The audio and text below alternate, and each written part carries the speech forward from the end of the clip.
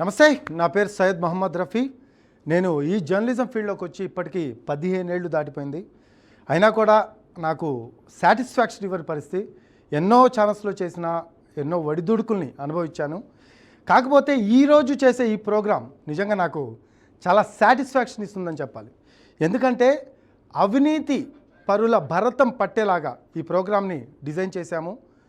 మనం చూస్తూ ఉన్నాము, కూటమి ప్రభుత్వం అధికారంలోకి వచ్చింది ఒకటే మోటోతో అవినీతి రహిత పాలన అందించాలి, అభివృద్ధి చేయాలి అని చెప్పి. అయితే ఆ మోటో నిర్వీర్యం అవుతుందా అనే ప్రశ్న ఉత్పన్నమవుతున్న పరిస్థితి. ఎందుకంటే కొంతమంది అవినీతి బకాసురుల వల్ల ఇప్పటికే మనం చూసాం, గత ప్రభుత్వం నవ్వుల పాలైన పరిస్థితి. ఇప్పుడు ఈ ప్రభుత్వం బకాసురుల్ని అసలు కనిపెట్టిందా లేదా అనేది ఒక ఎత్తు అయితే, ఇప్పుడు జరుగుతున్న ఇష్యూస్ వైజ్ ప్రభుత్వానికి ప్రజలకు మధ్య వారధిలాగా మీ ముందు బీఆర్కే న్యూస్తో మీ ముందుకు వచ్చాను. బీఆర్కే న్యూస్ ఎప్పుడు కూడా నిఖార్సైన న్యూస్ని మీకు అందిస్తూ ఉంటుంది. అందులో భాగంగానే ఈరోజు అవినీతి బకాసురుడి చిట్టా మీ ముందు ఉంచే ప్రయత్నం చేస్తాను. ఈ అవినీతి బకాసురుడు మామూలు బకాసురుడు కాదు. సంతోష్ రావు చాలా కోట్లు మింగేశాడు. ఇప్పటికే 1800 కోట్లకు పైగా మింగేశాడని చెప్పి తెలుస్తూ ఉంది.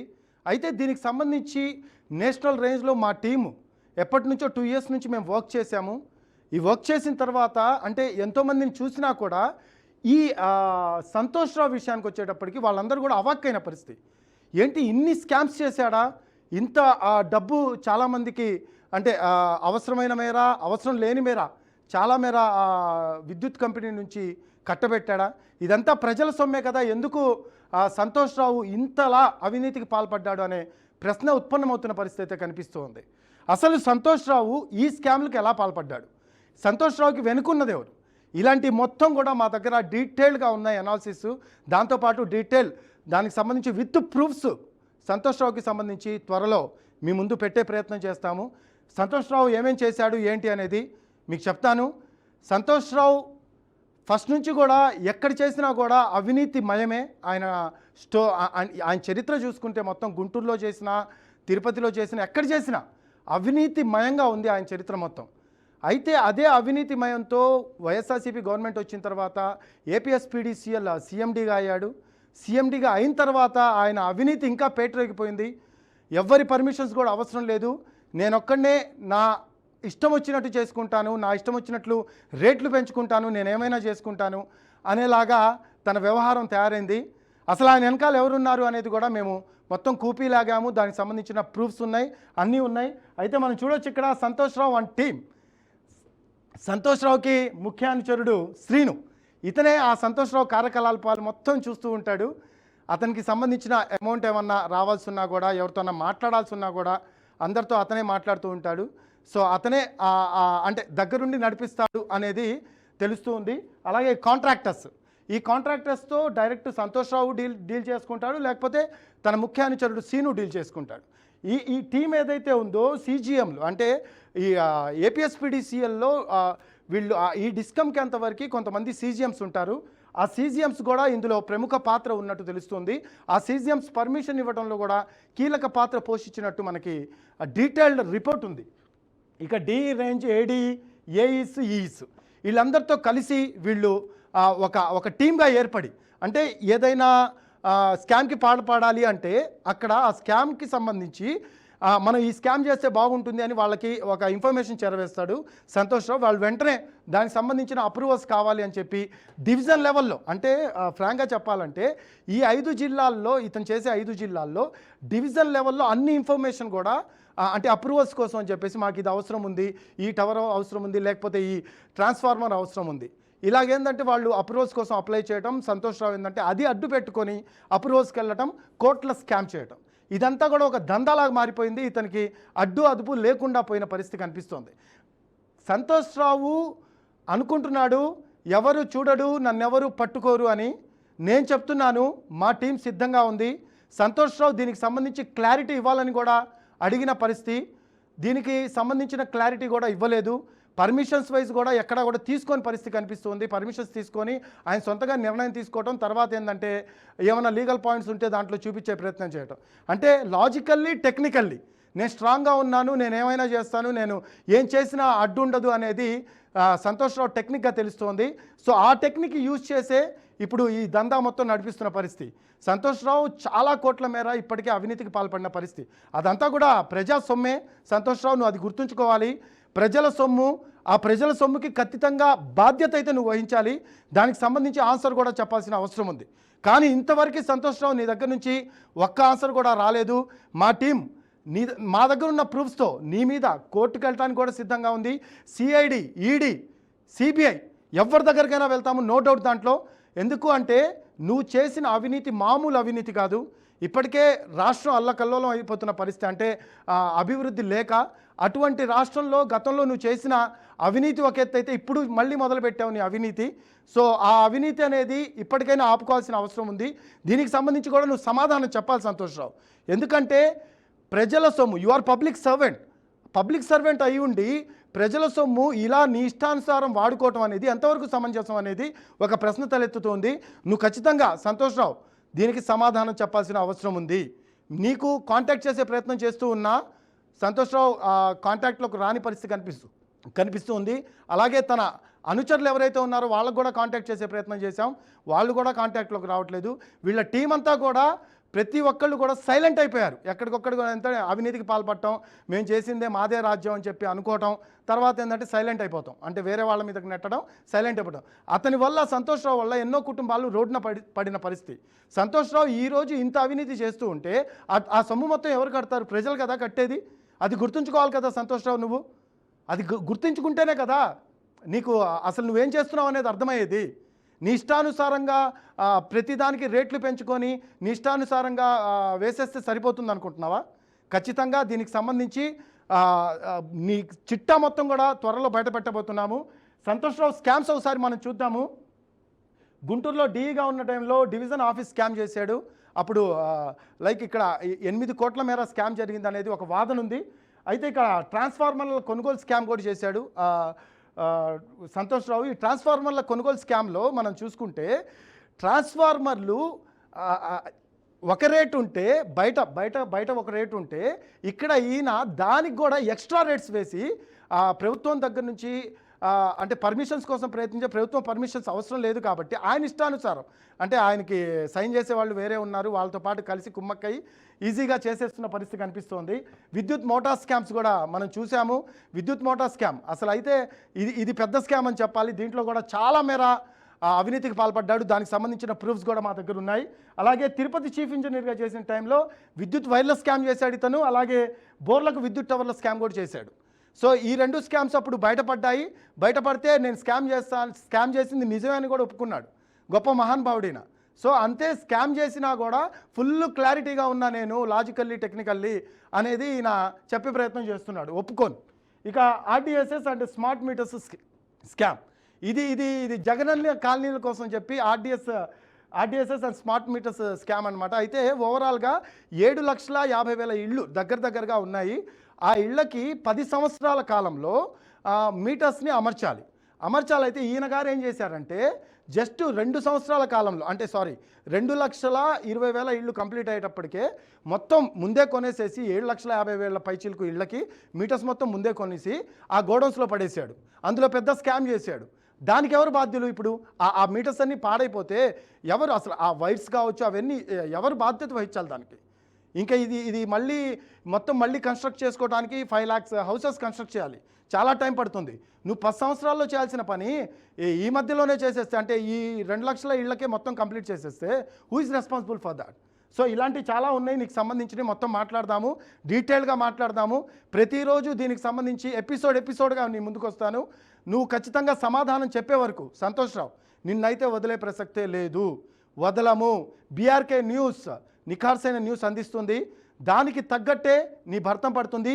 నువ్వు చేసిన అవినీతి కార్యకలాపాలన్నీ కూడా ప్రభుత్వం దృష్టికి తీసుకెళ్లే ప్రయత్నం చేస్తుంది.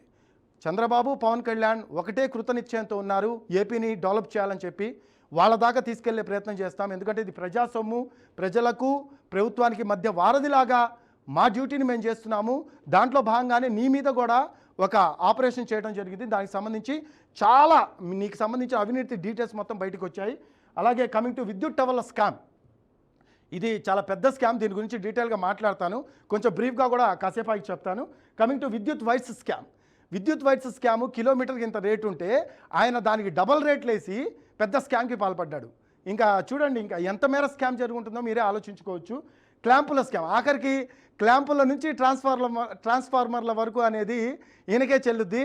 క్లాంపుల దగ్గర నుంచి కూడా అసలు ఏది వదలలేదు, ట్రాన్స్ఫార్మర్స్ వరకు అన్నీ కూడా ఆయన ఇష్టానుసారం రేట్లు పెంచి ఆయన ఇష్టానుసారం అవినీతికి పాల్పడిన పరిస్థితి. అలాగే అవినీతికి పాల్పడి ఆయనకి సంబంధించిన కంపెనీస్ కొన్ని కంపెనీస్ పెట్టుకొని ఈయన బినామీగా వేరే వాళ్ళని పెట్టేసి నడిపిస్తున్న పరిస్థితి కూడా కనిపిస్తుంది. దానికి సంబంధించిన డీటెయిల్స్ కూడా మా దగ్గర క్లియర్గా ఉన్నాయి. అలాగే ఇక విద్యుత్ టవర్ స్కామ్ మనం చూద్దాము. ఏపీలో ప్రస్తుతం అయితే ఈ విద్యుత్ టవర్ స్కామ్ అనేది కలకలం రేపుతోంది. దానికి సంబంధించిన బిడ్ జనవరి 1 అది పిలవాల్సి ఉంది, అయితే క్యాన్సిల్ చేశారు. రీసెంట్గానే May 20న ఇది పిలిచారు. ఈ విద్యుత్ టవర్ స్కామ్కి సంబంధించి ఈ విద్యుత్ టవర్స్కి సంబంధించిన బిడ్ పిలిచిన పరిస్థితి కనిపిస్తుంది. అయితే ఇవాళ రేపట్లో దీనికి సంబంధించి బిడ్ అంటే లోయెస్ట్ కాస్ట్ బిడ్ ఎవరైతే వేశారో వాళ్ళకి ఇచ్చేస్తారు. అలాగే 120% అంటే 2,60,000 విలువైన టవర్ను 120% పెంచి 5,09,000 చూపించాడు మహానుభావుడు. అంటే ఆయన ఇష్టం. బయట ఏం రేట్స్ ఉన్నాయో అవే ఇక్కడ కూడా ఉండాలి కదా, కానీ ఇక్కడ ఉండవు, ఎందుకంటే ఆయన ఇష్టం కదా. సో సేమ్ అదే ప్రాసెస్ ఇక్కడ నడుస్తుంది. ఇక ఉండాల్సిన దానికంటే 120% ఎక్కువ ఉందంటే మీకు అర్థం చేసుకోవచ్చు ఏ రేంజ్లో ఆయన స్కాములకి పాల్పడుతున్నారు, ఏ రేంజ్లో ఆయనకి వెనకాల అండదండలు ఉన్నాయి, సపోర్ట్ ఉంది అనేది మనకు క్లియర్ కట్గా అర్థమవుతుంది. అలాగే ఏపీఈఆర్సీ నుంచి అప్రూవల్స్ కూడా తీసుకోవాల్సి ఉంది. ఏపీఈఆర్సీ వాళ్ళకి అడిగాం మేము క్లియర్గా, మీ దగ్గర అప్రూవల్స్ తీసుకున్నారా అని. అప్రూవల్స్ తీసుకోలేదు అని వాళ్ళు క్లియర్గా చెప్పిన పరిస్థితి. అప్రూవల్స్ తీసుకోకుండా నువ్వు ఎలా చేస్తావు? దానికి ఒక పద్ధతి ఉంటుంది కదా. నీ ఇష్టానుసారం చేసేటైనా అంతా ప్రజల సొమ్ము, ఖచ్చితంగా నువ్వు బాధ్యత వహించి అన్ని పర్మిషన్స్ తీసుకొని ఆ పర్మిషన్స్ ప్రకారం నువ్వు నడుచుకోవాలి. కాస్ట్ డేటా ఫాలో అవుతున్నావా సంతోష్రావు? కాస్ట్ డేటా ఫాలో అవ్వు. కాస్ట్ డేటా ఫాలో అవ్వాలని చెప్పి ఏప్రిల్ 1వ తారీఖు నుంచి ఖచ్చితంగా ఫాలో అవ్వాలని చెప్పి ఏపీఎస్పీడీసీఎల్ కూడా ఒక రూల్ పెట్టిన పరిస్థితి, ఏపీఈఆర్సీ. అయినా నువ్వు ఫాలో అవ్వవు, ఎందుకంటే నీ ఇష్టం కదా. సో నీ ఇష్టము, నువ్వు ఒక పోస్ట్లో ఉన్నావు, అండదండలు ఉన్నాయి, నన్ను ఎవరు ఏం అడగరు అనేది నీ ఇష్టం, నువ్వు ఫాలో అవ్వవు. ఏప్రిల్ 1 నుంచి ఏపీఈఆర్సీలో కాస్ట్ డేటా టర్మ్స్ ఫాలో కావాల్సిన రూల్ ఉంది, అది ఫాలో అవ్వవు. సో ఇదండి పరిస్థితి. ఇలాంటి మొత్తం కూడా మా దగ్గర డీటెయిల్డ్గా దీనికి సంబంధించి డేటా ఉంది, ఖచ్చితంగా త్వరలో మీ ముందు చూద్దాము. అలాగే మనం చూసుకుంటే యాక్చువల్గా సెంట్రల్లో చాలా టవర్స్ వేస్తూ ఉంటారు. అంటే సెంట్రల్ రేంజ్లో మాట్లాడుకుంటే దాని బరువు 2,200 కిలోలు ఉంటుంది మామూలుగా. ఇతను ఏంటంటే రీసెంట్గా పిలిచే టెండర్స్లో 3,600 కిలోలు వేసాడు బిడ్డు మహానుభావుడు, కానీ అక్కడ 2,000 కిలోలు కూడా లేదు. అంటే ఇంకా చూసుకోండి ఆ పెద్ద మనిషి ఏ రేంజ్లో స్కామ్ చేశాడో. పెద్ద మనిషి కదా, కొంచెం తెలివితేటలు ఎక్కువే ఉంటాయి, ప్రజా సొమ్ము మీద ఆయనకి పట్టుకోడు ఉంటుంది కాబట్టి ఈయన చేసిన అవినీతి భాగోతాలు కూడా చాలా ఉన్నాయి కాబట్టి అవి పెద్ద మ్యాటర్ కాదు ఆయనకి. ఇక 3 డిస్కమ్స్, యాక్చువల్లీ డిస్కమ్స్ ఏవైతే ఉన్నాయో అవి ఏపీకి సంబంధించిన 3 డిస్కమ్స్ కూడా సేమ్ రేట్స్ని ఫాలో అవ్వాలి. మిగతా డిస్కమ్స్ సేమ్ రేట్స్ ఫాలో అయినా కూడా మన సార్ వారు అవి ఫాలో అవ్వరు అనమాట, ఎందుకంటే సార్ వారి ఇష్టం కదా, అది విషయం అలాగే జరుగుతుంది. ఇక రూరల్ ఏరియాస్లో ఇక మనం చూసుకుంటే ఈయనకు ఒక టీం ఉంది. ఈ టీం ఏం చేస్తుందంటే, ఈయన ఇందాక నేను చెప్పినట్టు అప్రూవల్స్ కావాలి అనగానే ఆ అప్రూవల్స్కి సంబంధించి అదిగో ఇక్కడ ఈ టవర్ కావాలి అని అందరికీ వీళ్ళు మెసేజ్ ఇస్తారు. మెసేజ్ ఇవ్వగానే అందరూ అప్రూవల్స్ కోసం మాకు ఈ నీడ్ ఉంది అని చెప్పేసి అప్రూవల్స్ కోసం అప్లై చేస్తారు. అప్లై చేయగానే సార్ ఏం చేస్తారు, వెంటనే దానికి వీళ్ళు అడుగుతున్నారు అప్రూవల్స్ కోసం అని చెప్పేసి వెంటనే అది శాంక్షన్ చేసే పరిస్థితి, అంటే అప్రూవల్స్ తెచ్చుకునే పరిస్థితి కనిపిస్తుంది. అంటే ఇక్కడ రూరల్ ఏరియాస్లో అవసరం లేకున్నా కూడా కొన్ని అప్రూవల్స్ తెచ్చుకొని నిర్మించుకునే పరిస్థితి. ఇక ట్రాన్స్ఫార్మర్ల విషయం కూడా ఉంది సంతోష్రావు, చాలా ఉంది. ఇలాంటి మొత్తం మా దగ్గర ప్రూఫ్స్తో సహా ఉన్నాయి, నువ్వేం టెన్షన్ పడకు. ట్రాన్స్ఫార్మర్లలో నువ్వు గోల్మాల్ చేసి ఆ ట్రాన్స్ఫార్మర్లు కూడా అక్కడ పెట్టని ఇవి కూడా మా దగ్గర డేటా కూడా ఉంది, అన్నీ కూడా జాగ్రత్తగా ఉంచాము. ఖచ్చితంగా నువ్వు దీనికి సమాధానం చెప్పాలి. ఒకవేళ నువ్వే అవినీతికి పాల్పడకపోతే ఎందుకు స్పందించట్లేదు? నువ్వే అవినీతికి పాల్పడకపోతే ఎందుకు సమాధానం చెప్పట్లేదు? నువ్వే అవినీతికి పాల్పడకపోతే ఈరోజు కూడా నీ అవినీతి పరంపర ఇంకా ఎందుకు బయటపడుతుంది? వీటన్నిటికి కూడా నువ్వు సమాధానం చెప్పాల్సిన అవసరం ఉంది సంతోష్రావు. ఖచ్చితంగా ఒక రోజు వస్తుంది, దానికి మేమైతే ప్రభుత్వం దృష్టికి తీసుకెళ్తున్నాము. ప్రభుత్వం నీ మీద ఎటువంటి చర్యలు తీసుకుంటే, ఎందుకంటే ప్రభుత్వానికి చెడ్డ పేరు వచ్చి ప్రభుత్వం మీద భారం పడుతుంది. ప్రజలు ట్యాక్స్ కట్టిన రూపంలో నీకు సబ్సిడీలు ఇస్తూ ఆల్రెడీ యాక్చువల్ మోటో ఏంది, ఏపీఎస్పీడీసీఎల్ మోటో నాణ్యమైన విద్యుత్ని అందించాలి, ప్లస్ ఏంటంటే ప్రజలకి సంబంధించి నాణ్యమైన విద్యుత్తో పాటు ప్రభుత్వానికి లాభాన్ని చూపించాలి. అంటే ఈ విద్యుత్ని మేము అందిస్తున్నాము, దానికి తగ్గ లాభం ఇది అని చెప్పి చూపించాలి. కానీ ఆ లాభం అనేది దేవుడెరు, లాభం ఎక్కడా కనపడదు. తమరి హయాంలో కనిపించింది కూడా లేదు పెద్దగా, ఊరిక పేపర్లలో కనపడటం తప్ప వాస్తవికతలో ఎక్కడ లేదు. సో ఆ లాభం అనేది పక్కన పెట్టి ఆ సొమ్ము ఇప్పుడు ఏంది, ప్రభుత్వం సబ్సిడీ రూపంలో అంటే రేట్స్ పెంచుతున్నారు కదా మీరు, ఆ సొమ్ము కట్టాలా, జనాలు కట్టాలంటే ప్రభుత్వం దగ్గర నుంచి, జనాల దగ్గర నుంచి ఎక్కడ, ప్రజల దగ్గర ఎక్కడున్నాయి? నువ్వు రేట్స్ కూడా కనపడని సర్వీస్ ఛార్జెస్ వేస్తూ నువ్వు జనాల్ని ఇబ్బంది పాలు చేస్తున్నావు. ఇవన్నీ కూడా ఉన్నాయి డేటా. సో సంతోష్ రావు, ఇది నువ్వు సమాధానం చెప్పేదాకా దీనికి సంబంధించి ప్రభుత్వం దృష్టికి తీసుకెళ్లే ప్రయత్నం చేస్తూనే ఉంటాము. ఈ ప్రోగ్రాం రెగ్యులర్గా సాయంత్రం 6ంటికి కొనసాగుతుంది. మొహమాటం లేదు అందులో, ఎవరితో నువ్వు భయపెడతావో భయపెట్టించుకో, నో ప్రాబ్లం. కానీ నీకు సంబంధించిన డేటా మొత్తం బయట పెట్టి ప్రభుత్వం దృష్టికి తీసుకెళ్ళి ప్రభుత్వం ముందు నీ అరాచకాల్ని, నీ అవినీతిని మొత్తం బయట పెట్టిన రోజు చెప్పు నువ్వు, ఓకేనా? గుర్తుంచుకో సంతోష్ రావు. రేపటి నుంచి 6 నుంచి మొదలైద్ది. ప్రతి స్కామ్ మీద కూడా ఒక డీటెయిల్డ్ అనాలిసిస్ ఇస్తాను. ఆ డీటెయిల్డ్ అనాలిసిస్ ఎలా ఉంటుంది అంటే, నేను ఇంత స్కామ్కి పాల్పడ్డానా అని నువ్వే బాధపడాలి, అంతలా ఉంటుంది సంతోష్ రావు, గుర్తుంచుకో. సో రేపటి నుంచి మొదలు పెడదాం. సో ఇది ఇవాళ బీఆర్కే న్యూస్కి సంబంధించి సంతోష్ రావు స్కామ్కి సంబంధించిన అప్డేట్స్. రేపటి నుంచి దీనికి సంబంధించిన కథనాలు కూడా వస్తూ ఉంటాయి. Stay tune.